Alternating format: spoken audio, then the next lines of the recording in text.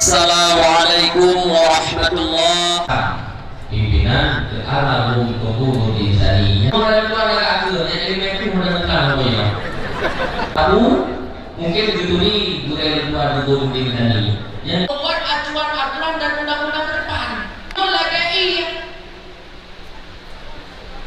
oleh pemerintah dan DPR-nya di sini, hendak membuka itu Pak Jalan. Implementasikan dalam regulasi, dalam aturan balik kubur dukun kanun IAJ. Kemudian dengan kanun UU. Beberapa orang-orang yang mutiru jalan dalam kemurtadan, pulang orangnya dengan bapak Facebook. Tak cara, udah hukum lama. Yang kejadian yang konten dalam Facebook bagaimana yang masyarakat bil ma'ruf nyobayana dapat wakan update milenial. Jadi hanya membantu akan update milenial. Jadi anggota DPD Aceh yang mewakili daerah dan bapak-bapak dari unsur anggota DPR tingkat 1 yang terhormat seluruh bapak-bapak sebagai para hadir yang turut hadir pada upacara yang baju beda sistem yang terjadi pada umumnya dengan sistem yang akan terjadi 7 tahun yang kau ikut di daerah yang mulia Abi di Payapasi.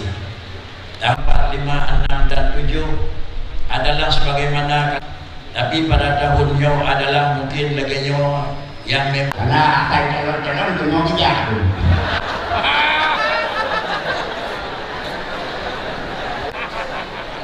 Hamdan syukranillah, salatan alaihi wa sahbihi wa man tabi'ah.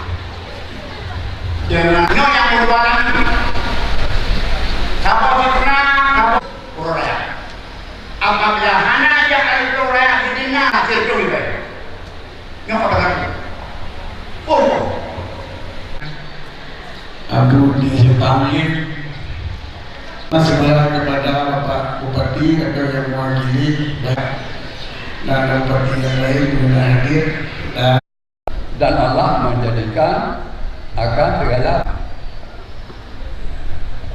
nyukumakan ini adalah dengan yang kepada ulama Allah tidak membagi niat kepadanya pada hari ini. Jadi oleh karena demikian kita sangat berhati-hati dalam hal tersebut. BFP Horo Kiamat akan terjadi dalam keadaan demikian. Kemudian juga dalam satu nasihat bahwa memendekkan pakaian itu adalah makhluk. Yang awam memendekkan pakaian adalah makhluk. Hari ini terlibat banyak pakai pakaian yang Aceh, dari mulai dari Timur Aceh sampai ke Barat Selatan Aceh.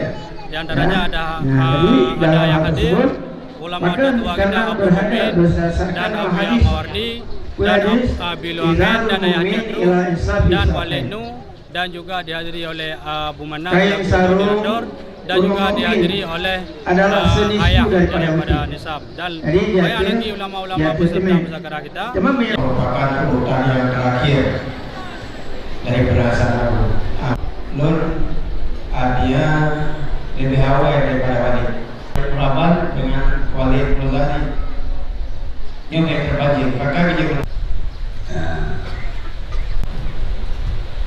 Apakah mengenai prinsipal cuma hanya langsung kena